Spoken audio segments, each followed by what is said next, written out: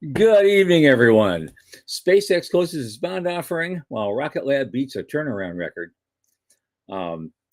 Firefly stock sinks, but they will likely get an Exim loan of 110 million. Ubonica raises 11 million. Sophia Space will soon test orbital data center tech on an Apex sat, probably next year. Now, could China's space sale rival Starlink in any way? We're going to find out. And this is no surprise to anyone. NASA's aging infrastructure can't handle Artemis launches without at least $1 billion in upgrades, says one analyst. VAS assigned additional partners for their commercial space station microgravity research.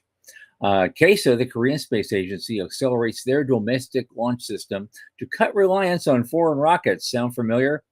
Boeing gets a $2 billion boost in a next-gen comms deal from Space Force.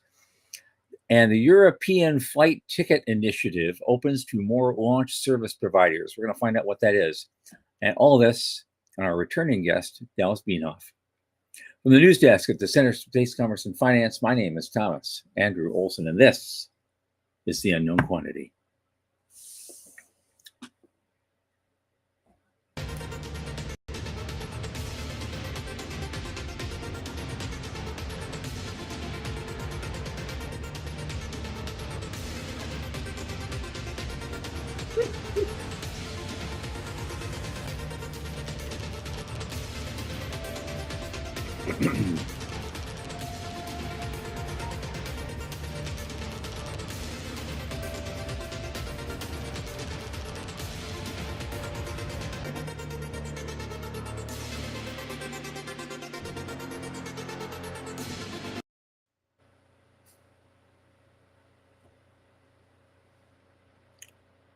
Hi, folks. Sean Key is not at the helm tonight, and Michael Lee is serving double duties, my co-host, and running the background stuff. So it's all good. We're doing well. As you know, this program is brought to you by the Center for Space Commerce and Finance. And what is the center? We champion and strengthen emerging space startups and space-adjacent enterprises worldwide through advisory, access, and advocacy, our legendary pitch events, and world-class boot camps fortify startups to be better investor-ready. Now, a lot of our work, especially the show, is supported by our listeners and fans like you. So just go to cscf.space/support and click that Plainest Day donate button. A little in the tip jar each month makes a big difference. Don't forget to like and subscribe and tell your friends. Speaking of friends, my oldest space friend, Michael Lane, again, playing double duty tonight, but he says he's still going to a rain dance later, weather permitting. He's here with me. Michael, come on in, man. Hey. Oh my God. Yeah, for our beloved Spotify and Apple folks that are listening, and you only listened, you have no idea what a total mess I just made of that intro visually. So well, all I could do is crack up and hope you heard me. I was just like, what are you gonna do? What are you gonna do, right? Yeah. This is why we love and adore Sean. Like, just shout out to that guy, because it is hard to do this stuff and keep the smoothness of the program going. So absolutely, shout out to Sean. He is traveling. He is hanging out with his beloved family. So I am scrambling to pull this thing together. So, well, yep. I'm rooting for you all the way. Thanks, man. Appreciate it. How's things? What's going on with you? Oh, not much with me. We're still, we signed another consultant for fundraising.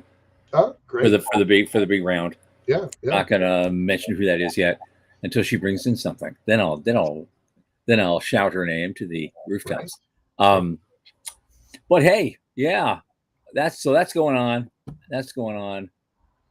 There's just a lot of stuff going on. There's a lot going on. Some stuff I really, just not, interested in, but I do it anyway because it's my house and I got to do these things. I had my gardener guy was over today. We had to fix a whole bunch of. I had him fix a whole bunch of sprinklers for my sprinkler system on the lawn. Okay, gotcha. And so that's going to be more efficient now and doing everything much better. I'll save some water and Yeah, so I was kind of my afternoon. Mine's been pretty busy since ISTC, and especially in the last 5 days, I'm starting to do things as a result of ISTC, where, Yep.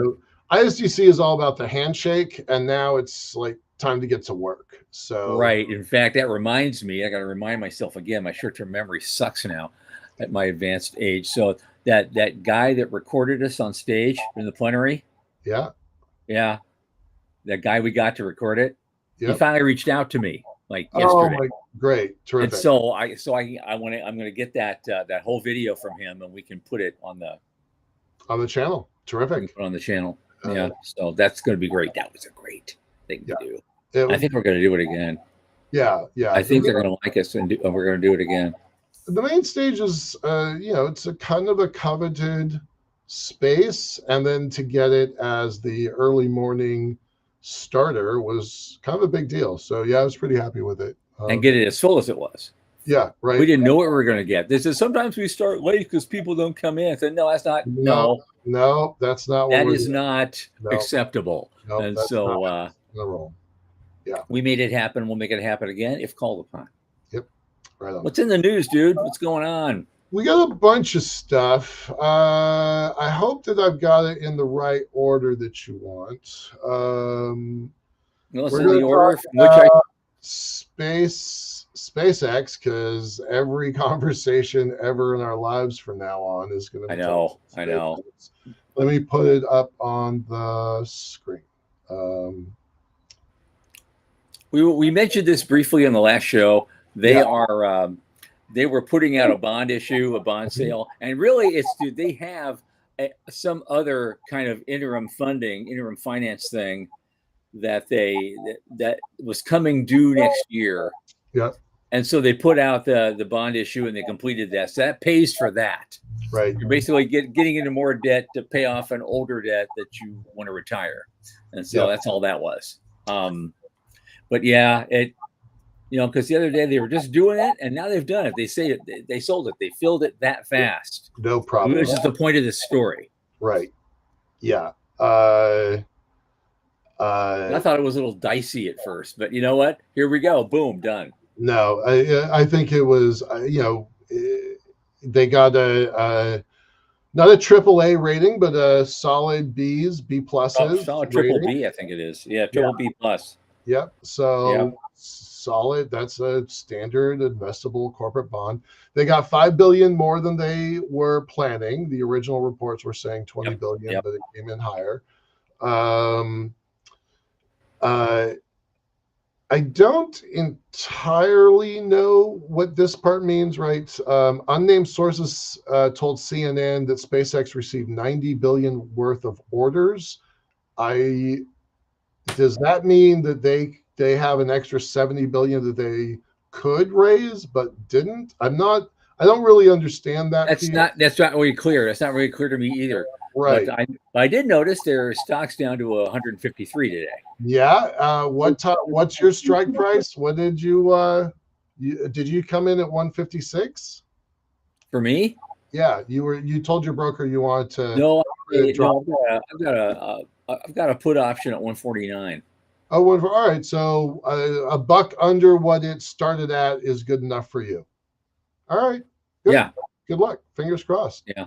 Well, Ron Wiener is probably laughing from last time he said, "Oh, my guy says it's going down to 50, but the end of the year." Ron is. I was. Yeah. Run, cover yourself with water. Run. Right. That might suck if it drops to 150. Yeah. But you still buy the dips. Yeah. Okay, fine. I'll be telling my broker, get more of that. Right. All right. So they got $100 billion-ish in cash. Yep. Good for them. All right. Anything else to say about SpaceX? Not really. I'm ready to move on. We have talked about it so damn much. So let's just kind of move on here. All right. Yeah. The other thing that was part of that story was what was it? It was Rocket Lab. Rocket Lab set a turnaround record for a mission they're doing for Space Force. 17 hours. Yes. That's 10 hours less than the previous record. Um, there was something in that article. I just closed it. Let me come back to it.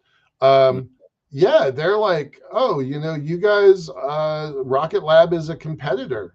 I bet Rocket Lab likes to hear that they're a competitor because Oh, yeah, absolutely. from the outside, not so much. They've got a long ways to go, but yeah, 17 hours from we want a bird in the sky, make it happen. Hmm. The one of the technical terms in military parlance is reconstitution, meaning they had an asset that is failed for whatever reason and needs to be reconstituted. How do we get another bird up there fast? And Hmm. 17 hours is pretty freaking fast. So good. Right, because yeah, the last record was set for at 27 hours by Firefly Yep. a year or Yep. two ago. Yep. Yeah, pretty neat.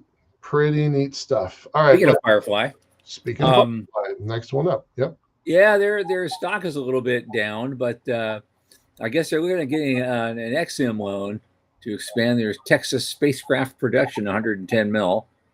That'll keep them going. They got 10 years to pay it back. Well, they also got some of this Texas Space Grant Consortium money, right? Do you remember that? I'm not sure about that. I'll have to go look. Okay. I saw a few folks in there that I sort of kind of knew, and a lot of folks I didn't, and some I think you shouldn't be there. But that's a separate show. Right. Right. How did you get there and I didn't? Yeah. Right. Kind of thing. Yeah. So, but it wasn't me, so I don't pay attention, right? This 110 million from the Import-Export Bank is a kind of a big deal. We reported on another company that I can't remember back in about January, and we're like, is the XM Bank a real source of capital for this industry? It was the first time it had been used. Mm-hmm. And now here we are 5 months later, another $100+ million program gets funded. I think that validates it. That is huge because XM Bank is also huge. Yeah, right. Huge, billions and billions. So after the January show, I spent a weekend looking up XM because I had never really paid attention to it. I said then that I think it's a legit source of capital that our industry is not paying attention to, and now here's another one. So yeah, I think we should be looking into this. I think our whole industry should be paying attention to this one. Yeah, can you benefit from that? I think maybe. And I don't think you have to go to Texas to do it. I think maybe. Because of Boeing, we have a really great relationship as a state, and as our legislature has a really great relationship with the XM Bank and export in general. Boeing paved that way a long time ago. So we got local offices here that I've never knocked on the door. I've never explored, but certainly paying attention to it.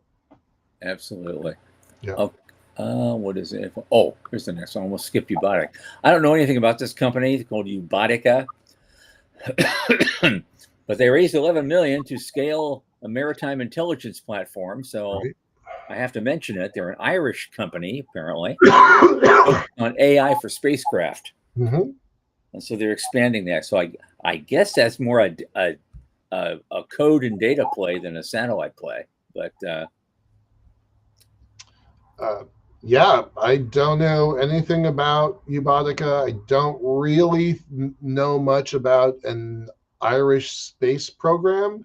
So I confess I'm a little bit at a loss. There has to be Guinness involved. Sure. I think there has to be some Guinness involved. The maritime intelligence component, though, I can speak a little bit about that. We had a guest on our show, not this show, but a prior show, probably 4 or 5 years ago. And that guy was all about how ships can go dark when they're out far at sea, and the idea of ghost ships and people turning off their transmitters or transponders, and that it's a legit problem, and there's a lot of oil piracy where a known ship will come in and offload its oil to an unknown ship and drive away in the night.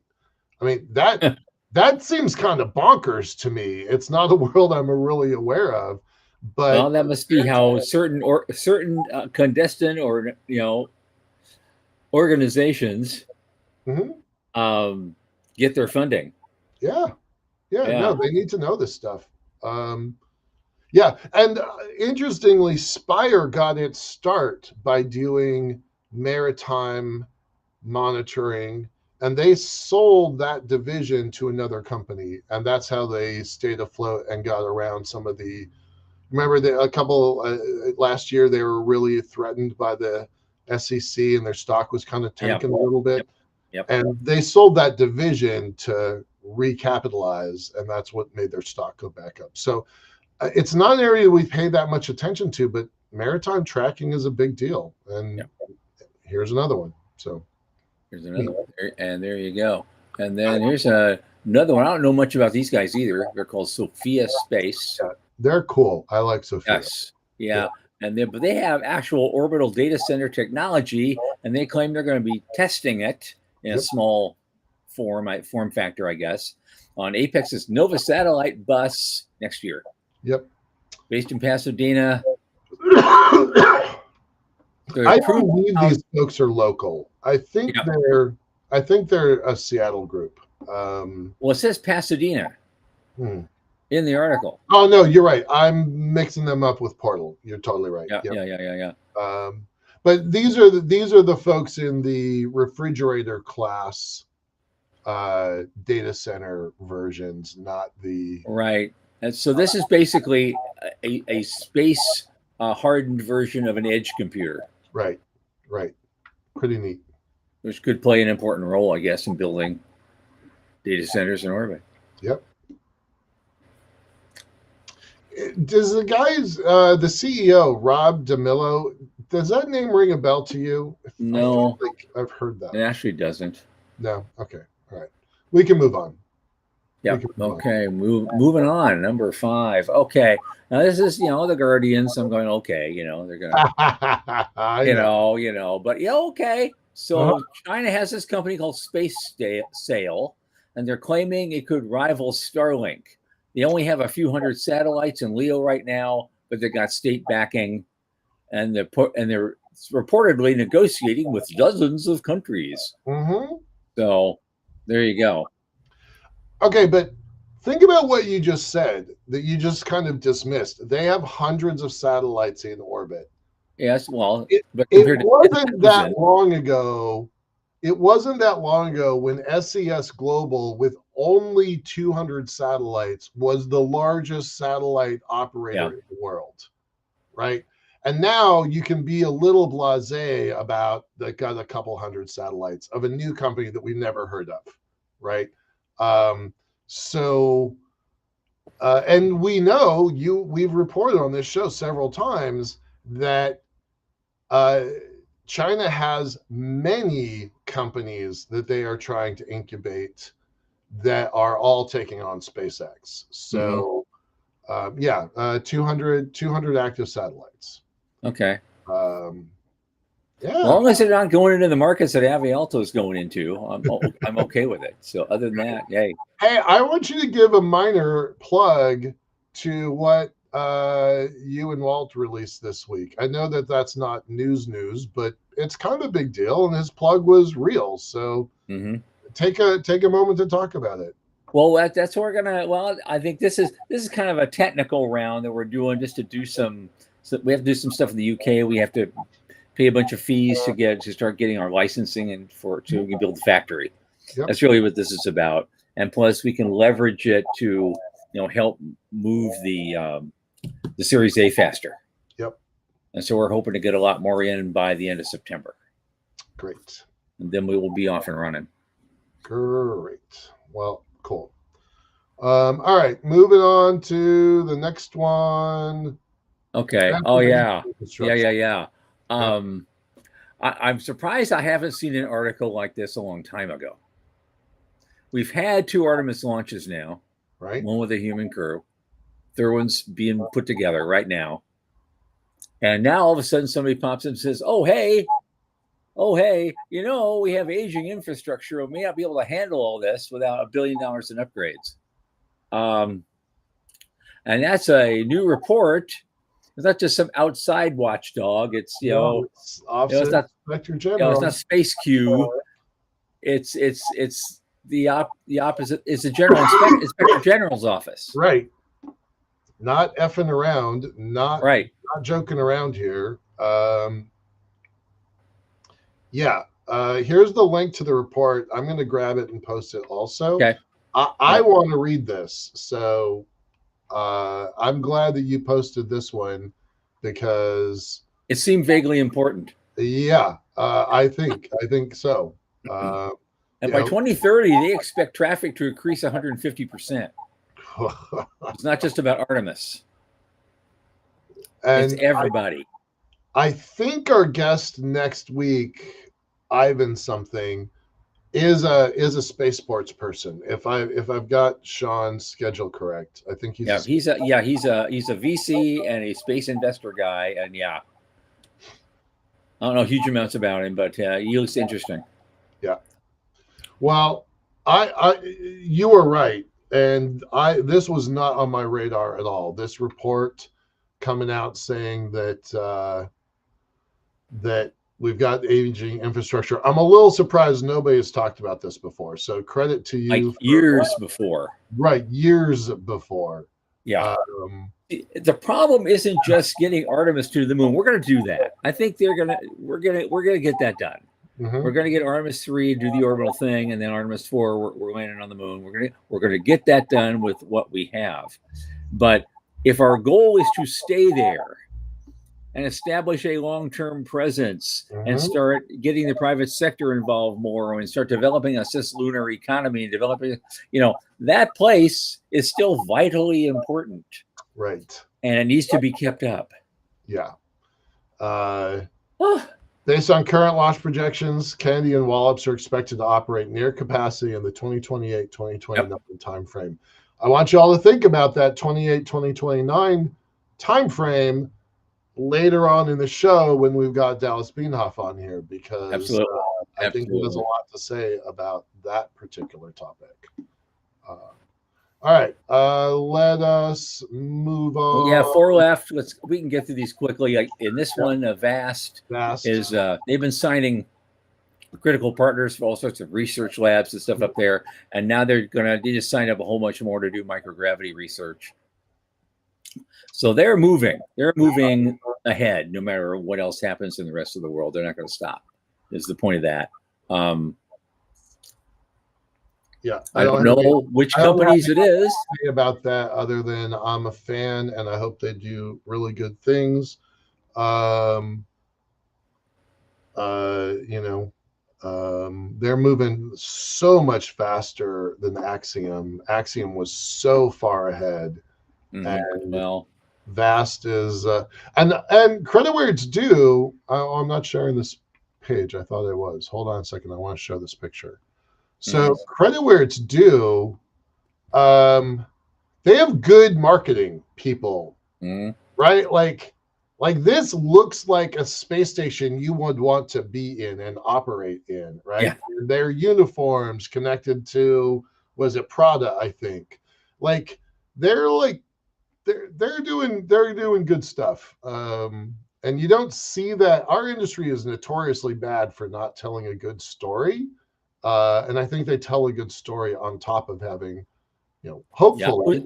Yeah, it was in their module last year. I actually took a look at it. Yeah, right. Oh, yeah, right. It's like, it was very cool. Yeah, I want to be in here for a while. Yeah. It could be fun. Yeah. All right, moving on, because we're trying to go. Okay, moving on. This is another big one that's kind of important. The Korean Space Agency have accelerated the domestic launch system to cut reliance on foreign rockets. Does this sound familiar to you in any way? How many times have we said? Is the word sovereign echoing in your head? Wow, right, wow. Right.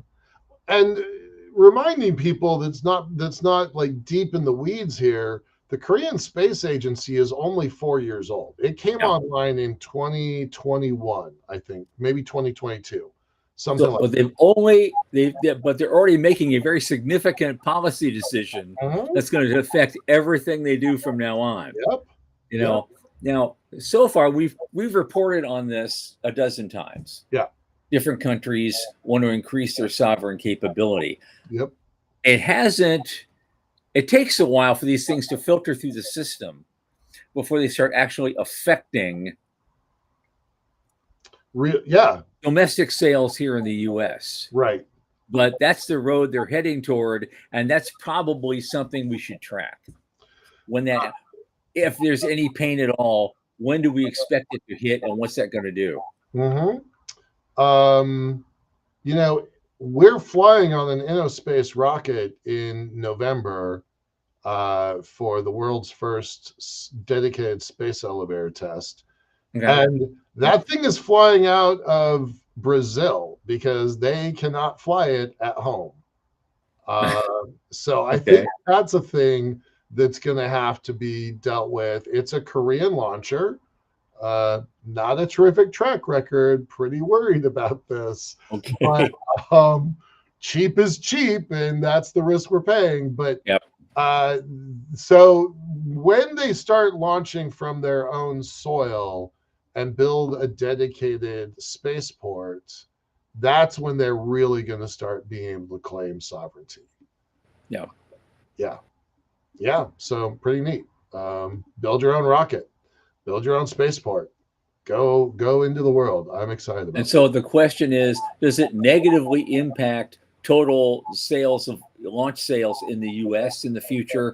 Does the curve go down at all? Or does the curve continue to go up, but just not as quickly? So it's a shallower curve, upward curve. Yeah. So there's a thing, and I'm gonna get the name wrong. Joseph's paradox. It's from the 1870s, 1850s. An economist came up with the idea that the cheaper a commodity gets, the more utility it gets.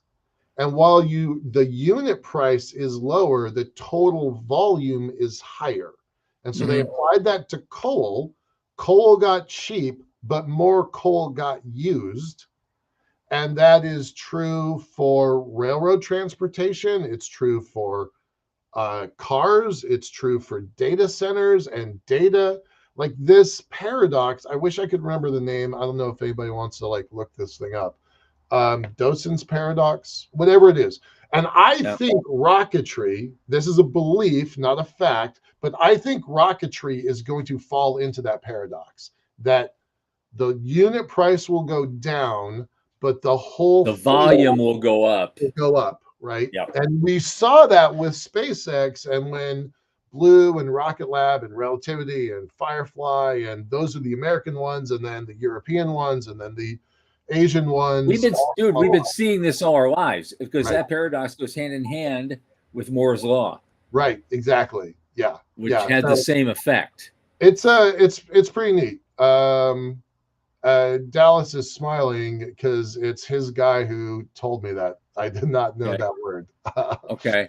Okay. All right. We got about a minute. I got two. Go ahead. Two quick things that were done. First off, Boeing got a $2 billion deal. Good for Boeing. With Space Force, I believe, and good for Boeing. They needed a win, and so they're doing next gen comms with Space Force. So good for them. They're not out of the running for things. They've had a lot of problems, so that'll keep them flush for a while they sort those out. I don't know if we'll ever see the CST-100 again, but hey, Starliner. I don't think we're going to see the Starliner again, but $2 billion is at the noise level for Boeing, right? Under normal circumstances, I would say yes. Yeah, I'm not sure anymore. Lockheed, and I know those were fighting words for Dallas because he was forever at Boeing, but Lockheed Martin comes in at about 70 or 80 billion a year, and Boeing's federal contracts are in the 40 billion number. So I'm not scoffing at 2 billion, but I don't think that gets them back into the space game. That's all I'm saying. Yeah. Okay. One final thing, and we'll get to Dallas here. Yeah. It's another very quick thing. It's something from ESA. They call the European Flight Ticket Initiative, and I'm trying to figure out what this is. But it's led jointly by ESA. Yeah, I don't have anything on this. So yeah, they're inviting service providers to apply to join the Flight Ticket Initiative. The objective of which, is to strengthen Europe's access to space. So we reported on this, although I didn't make the connection because the name is different. Yeah, that's what I thought. We reported on this, I don't know, 2 months ago and 3 months ago, where they picked 14 companies to start building that sovereignty capability. So now it's got a branded name, which I only just learned from this article. So that's what it is. Yeah. All right. The end. It's pretty graphics, but there's not much meat to this. Right. Okay.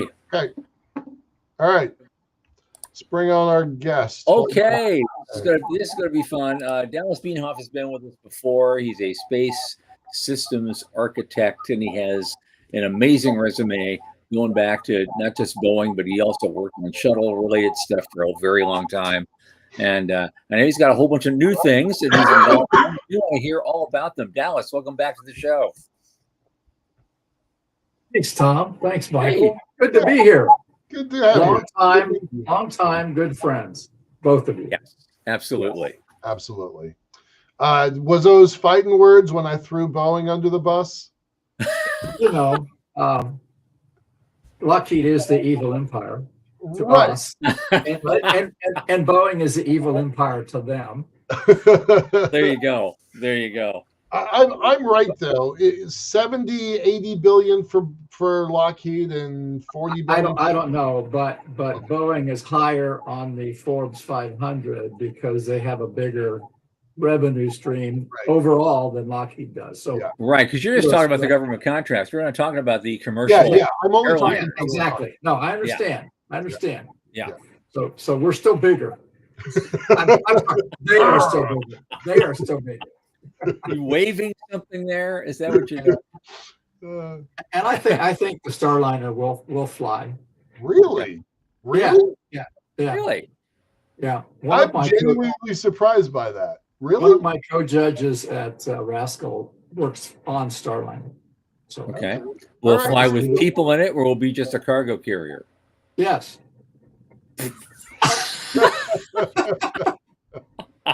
Okay. All right. You have more confidence than we do, but apparently you also have more insight than we do. No, I don't have no insight. I have no insight. Okay. All right. Well, since you brought up the subject of Rascal, why don't we start with that? Hold on, because we got to give him. He's got to go do a little bit of an intro for new people. So 30 seconds. He doesn't need that big an intro. Everybody knows him. Come on.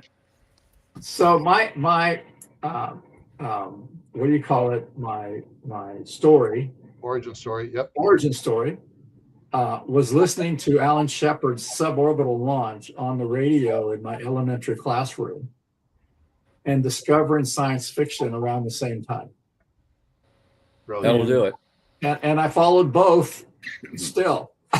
Right. And it led me to where I am today. So that's so where are you? So, a storied career at Boeing as a designer, so I worked at Lockheed Martin, actually Martin Marietta. Okay. On the Titan III payload interface. Okay. I spent 4 years on the Space Shuttle main engine development team at Rocketdyne. Part of that time at the test stands. I worked 3 years at Aerospace Corporation watching the Space Shuttle main engine and furthering along the development of shuttle flight facilities at Vandenberg. So they said, no, we're not going to do that. Moved to Rockwell International and worked in advanced programs until Boeing bought Rockwell and then continued in advanced programs and worked on space station, worked on crew return vehicle, worked on the Russian integration team, went to Moscow, worked with Khrushchev on requirements for the first element, the FGB, functional cargo block. Worked on going to Mars, going to moon, going to Mars, going to moon, going to asteroid, going to moon, going to Mars. Make up in your mind, man. What's in our mind? Otherwise, a boring career of no consequence. Sorry, you had such a dull career. Yeah. Retired in 17. Had my own company for 5 years promoting a reusable cislunar transportation architecture. Mm-hmm. Joined Off-World in 22 and trying to send our prospector to the moon to find water ice and process it, as well as just regular.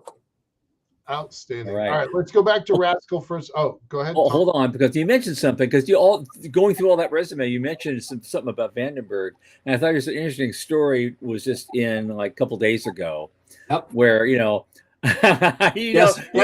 already anticipating my question. He knows the story because Vandenberg was like cutting you off and saying, "Oh, we're not going to do DVD." Well, now they're begging for customers. They want someone to come in and help them refurb, so they can do lots more types of commercial activity. Well, not only that, but SpaceX just tore down Slick 6 so they can build it up again for the Starship. Yep, that's what I thought you were going. That's absolutely. Yeah. So if my count is right, they have 2 facilities in development in Florida, plus of course Brownsville and Vandenberg. We've been talking about bi-coastal. Right. We've been talking about 3 launch sites, but in fact 4, and that's how you get this gigantic economy in space. And if you can do 4 a day, 1 from each site. Or more, depending on what you're watching. Yeah. His promise when he, that his team was going to deliver was 3 flights a day, every day of the year, 1,000 flights a year. And I'm like, I said this when the Starship Singularity paper came out. If you cannot do that with 1 launch spaceport. You must have multiple spaceports. So, and now it's 10,000 launches a year. That's insane. Have you seen that number? I did not see that 10,000. Really, 10,000 a year? I think that's what I've read the past couple of weeks.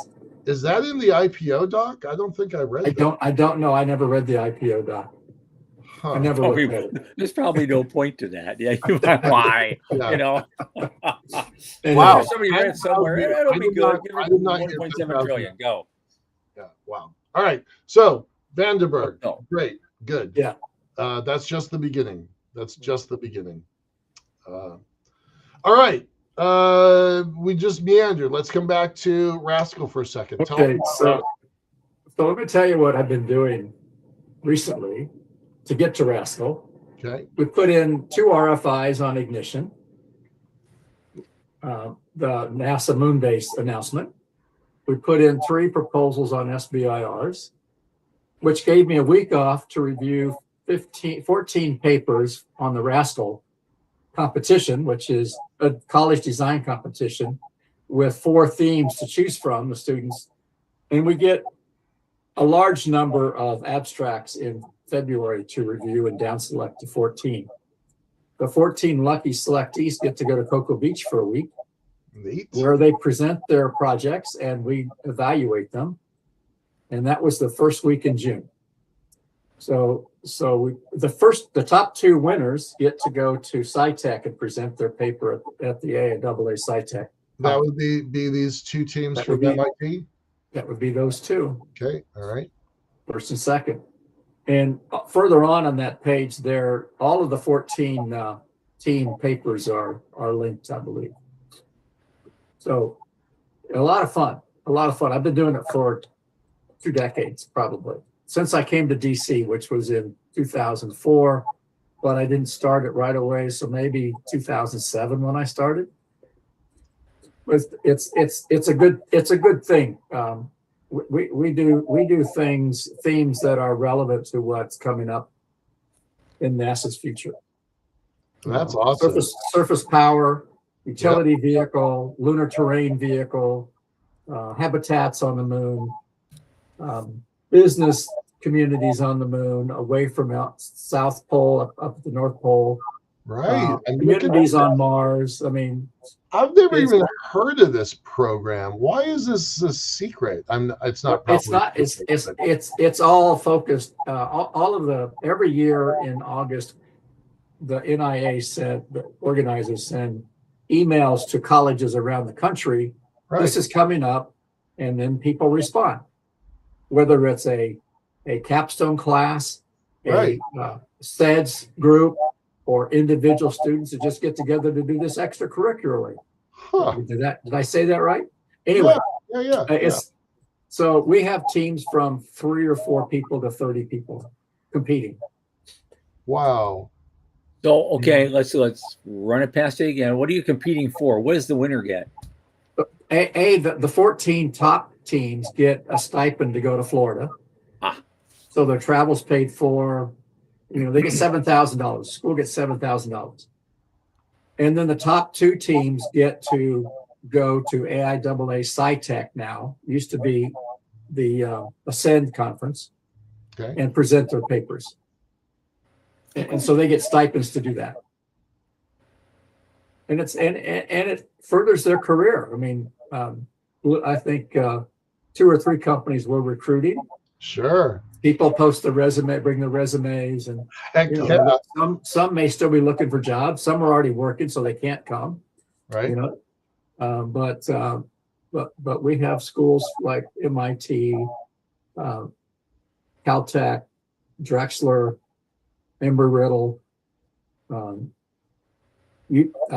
Virginia Tech, University of Maryland, Central Florida. I mean, all over the country. South Dakota.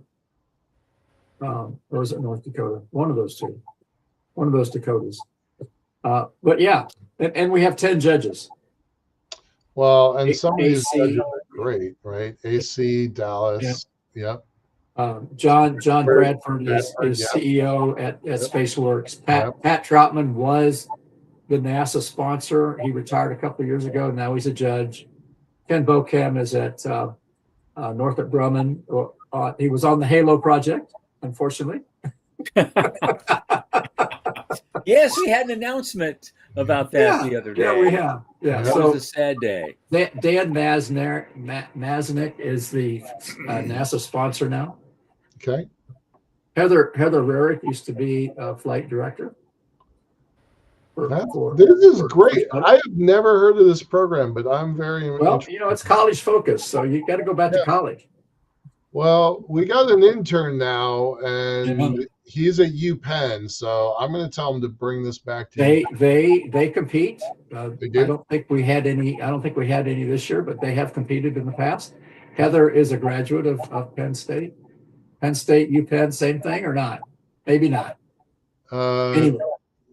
So he's at shoot. Now I'm going to get in trouble. Penn State. I think he's at Penn State. Yeah. So anyway. No, he's at UPenn. I get them backwards. Yeah. Anyway, not the same school. Penn State has competed for sure. Okay.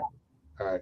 I'm disappointed that my school has not competed. But what school is yours? Florida Institute of Technology, or Florida Tech. Yeah, they're just down the road. Right. Right. Anyway, it's a lot of fun, and the students do a great job. Puerto Rico won their first and second year participating. University of Puerto Rico, Maya West. For them. Their leader at the time is now working at Langley in the same office that sponsors this. So fantastic. And Chris, one of the judges, is a Langley participant, and he was a presenter before he started at Langley. So it's great for their career. Right. Yeah. Yeah. A lot of fun. A lot of fun. So that was my 2 weeks, the end of May, 1st of June. Then I took some relaxing time to recover before getting back into, I was still doing the AIAA task force, Mhm. Lunar Surface Exploration and Development Task Force. We were finishing up 8 papers for lunar infrastructure, one on habitats, one on power, one on ports, landing pads, one on commodities, one on surface logistics, an overview paper, an opinion paper approved by AIAA, and a site selection rubric paper. These will all be published. I'm sorry, they have been submitted for publishing in the Space and Planetary Resources Journal. There. Are you That guys seeing this? Are you guys seeing the? Yes. Okay. Yep. I was having trouble on this side. All right. So that's our opinion paper. Give me the list for a second. Give me the list again. I know that the other ones are not out, but give me the list again. Habitats. Okay. Power. Okay. Ports. Landing pads. Ports. Yep. So that's 3. Commodities. ISRU. Okay. And surface logistics. How do you move things around on the surface? Love it. Cool. And then a site selection rubric. Okay. So we have 4 pass-fail criteria, and then 4 rating criteria if you meet the pass on the first 4. And like I said, those will all be in the Journal for Space and Planetary Resources. No, I can't say they will be. They have been submitted for publishing by. Have been submitted, but not yet approved. Yeah, not been published yet. So Clive Neal and Angel Madrid at Colorado School of Mines are the co-editors of that journal. And Clive was on our team. So that's we had 6 or 8 people on the task force, and each one of us was responsible for one of those papers. Is this one yours or? No, the co-lead, Christy Iacomini, authored this, and I authored the surface logistics one. Yay, surface logistics. We got to move stuff around. We'll talk more about that in a minute. But these are great, and I said when we were on the before the show started, like I'm a big fan of Ryan Kobrick. As a human being, I think he's a good human, and he certainly has worked hard to. And Bill was at Blue Origin until recently, and now he's at Aurelia Institute out of MIT. Yeah, at MIT. Yeah. Those guys are doing some interesting stuff. Bob Moses, Tamer Space. He was at Langley before he retired. George Lordos, PhD out of MIT. Clive Neal. High achieving people. Right. This is a great one. I don't know Io Comini. I don't know her, but she was at Lockheed Martin. She was at a couple of other companies, and she just joined I think she just joined Lunar Outpost, if I remember. But here she was independent. So anyway. Yeah, a lot of fun. I want to point out that no Dyke. funds, grants, or other support was received, but this is an official AIAA opinion paper. So all volunteer work. Weight. Say again. All volunteer work. Yeah, exactly. Yeah, that carries a lot of weight, right? Right. This kind of work. So this paper is available, and you should be able to post the link to it. It's posted on the Purdue website, and when the journal publishes our papers, if they publish them, that same link will work for the journal as well. Terrific. Cool. Neat. Yeah. So that was a lot of fun. We got those. That was all going on at the same time as the RFIs, the proposals, the Rascal reviews, and all this stuff parallel. Everything cascades at once. Right. Yeah. And then off-world, my big role in that is to lead the team to develop the off-world Prospector 1, which we want to send to the moon to find icy regolith, to map the terrain, to process regolith, get oxygen out, using up to 4 different processors to find icy regolith, extract the water, Wrong. No, that's the next topic there, Michael. You're Sorry. ahead of me. Yeah, sorry. Oh no, You're it's ahead too of me. soon. Yeah. I'm not You're ahead of ready. me. Yeah, there we go. There we go. Spoiler alert! Spoiler alert! Spoiler alert! Spoiler alert! It's still up there, dude. That's it. Hold on. Uh, Again, really glad that really miss Sean right now for this kind of. you know, the perils of a live show. What did you want? You wanted the off-world? I don't want it. Yeah, you can put the off-world webpage up there. All right, that's what. So we're in the preliminary design phase, and we're about to start working with our participants to develop their interface control documents or interface definition documents. But our intent at Offworld is to take our earth mining robots. The top two have been built and tested in operational mines. Mhm. The bottom two are notional, but we have tested the sweeper, battery bots, and we want to take that capability, autonomy, AI, machine learning, and take it to the moon in our Offworld Prospector 1. So this is the surveyor. Hey, this is not AI. This bot exists in the world. That's real. That's real in an open pit mine in Chile, where it was tested. It has a payload bay in it. It can climb 37-degree slopes. Woof. And we can put any kind of sensor on it that the customer wants to find to do whatever they want. The excavator was also tested in a platinum mine deep underground in South Africa. Wow. And they all exceeded their customer defined key performance indicators. This one is. That's the excavator. Right. This is an AI image, but Right. I've seen the video of the actual thing operating. Yeah. Yeah. So I can't really see a basis of comparison. How big are these things? These Physically? are tabletop size, so think 1.5 meters by a couple of meters by maybe a half a meter tall. Okay. Oh, cool. Cool. And they're 500 to 1,000 kilograms. All right. And they're tracked, as you can see.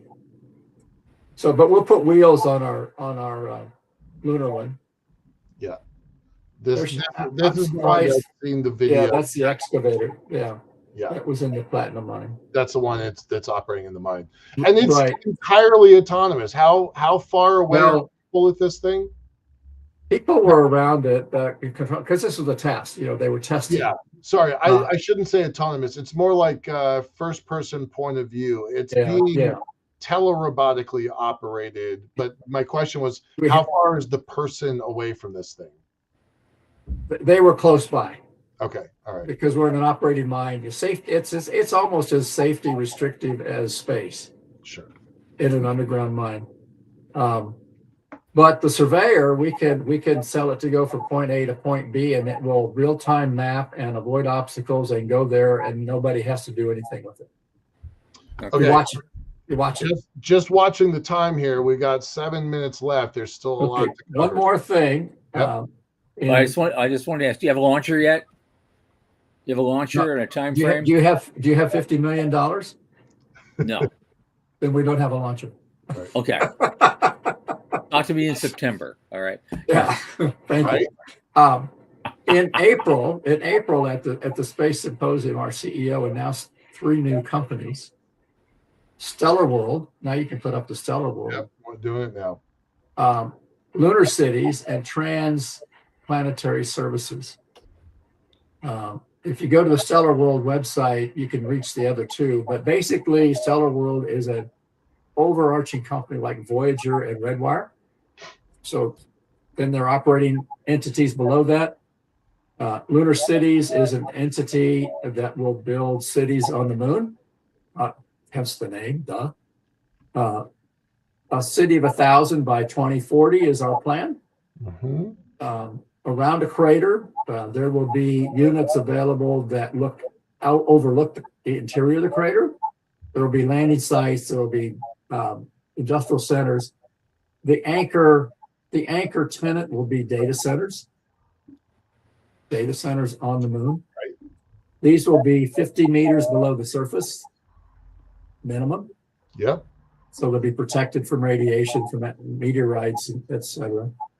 And by 2050, there'll be 10,000 people capacity. And so think businesses, shops, real estate, your downtown, your walking community in an urban area.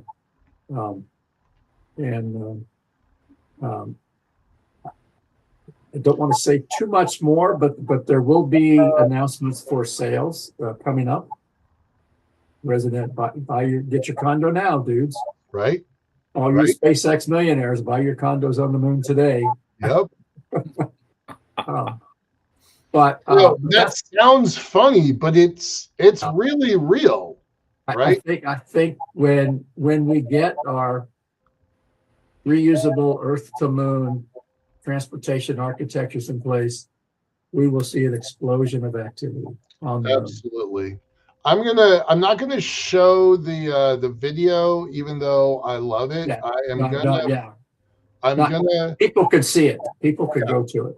I really recommend that people watch this video, because I said a few minutes ago when we were talking about VAST that this industry does not tell its story very well, but your team tells a very compelling story. So we had some excellent help on that, renderings by Daniel in Innocente. Yep. Great architect. And so he helped us a lot with that. Kudos to him. Yeah. And that prepped our press release and announcement. And I sent you a link for Jim's LinkedIn page, which has the press release and maybe has links to these other free worlds, but it's stellarworld.ai. Yep. I am getting that. So I've just put Stellar World in, and now you can get to the other two sites through Stellar World. Yep. Yeah, there's a lot here. So we're not terribly busy. we're not terribly ambitious. I know what Jim's travel schedule looks like. Is that something I can share? Just the cities, not where he's going? Let's just say he probably spends more time on a plane than on the ground. He does spend a lot of time on an airplane. Worldwide traveler. Yeah. It's pretty remarkable. I've been paying attention to this since the April Space Foundation event. Like I've been paying attention to it almost from day one. Good. I've known you, Dallas, for 12, 15 years. I've known Caravala. Phoenix Space Access Society. Right. Yeah. I don't know what year that was. Time, right? Well, there's no space access, so it's out of it's back then. It was probably back in the aughts or just after. I've known Caravala when he was running that AI company before there was such a thing as an AI company, right? So that was 2009, I think. So, we go back a ways, right? We do. There's an advantage. Tom, he and I met at the 2006 ISDC in LA. Yep. Right? Yep. Right? Yep. Watching bongo drums players. Yes. Oh, God. So I've been watching this for a while. I'm super excited about it. I think there's a lot happening here. 1,000 people city on the moon, a 10,000 person city on the moon, anchored by data centers. I mean, part of me, the pessimist in me is like, oh, what could go wrong? The optimist in me is like, how do you bring up enough Cheerios? How do you bring up enough milk for 10,000 people, right? Like, you got to bring cows. I'm going to, 100 tons of SpaceX cargo. Right. But goats, sheep, I don't know. Right. You're going to have local food production of some kind. You're going to have to figure out transportation logistics. And on that, we have 1 minute. So and somebody else's rabbits would be a good one too. Say again? What? Rabbits. Rabbits. Yeah. Yeah. They're fast. All right. 1 minute. Give me some predictions. 5 years and 25 years. 5 years. Which he's already done, kind of, but go ahead. There will be significant activity on the moon in 5 years. Significant. Beyond NASA, beyond off-world, significant. Significant. And in 25 years, there will be 2 communities in space, one on the moon, one on Mars, and they will have 1 or 2 fully reusable architectures go into both. Mm-hmm. Don't know who they will be. You can guess who they might be, but who knows? Right. Happen. And we'll go from there. Right on. You know? All right. Dallas Bienhoff, space systems architect extraordinaire, incredible history that you have had, and I've played my entire career. You're a good friend of the show. You're a good friend of both of us, and we're so happy to have you here. And I know we'll be doing this again. I hope so. With news, hopefully. All right. Yes. Thanks, guys. Thanks so much for being here. Good fun. Bye-bye. Yeah. Cool. Okay. We did it, Michael. We did it. You know, and so on Monday, a VC and space investor, Ivan Turchak, will be with us. I don't know if I pronounced that right, but he's going off in new directions, and we want to find out what they are. And so in that case, I will say for Sean Key, yes, we miss you. Come back soon. For Sean Key, Michael Lane, and I always remain Thomas Andrew Olson. Keep watching the skies.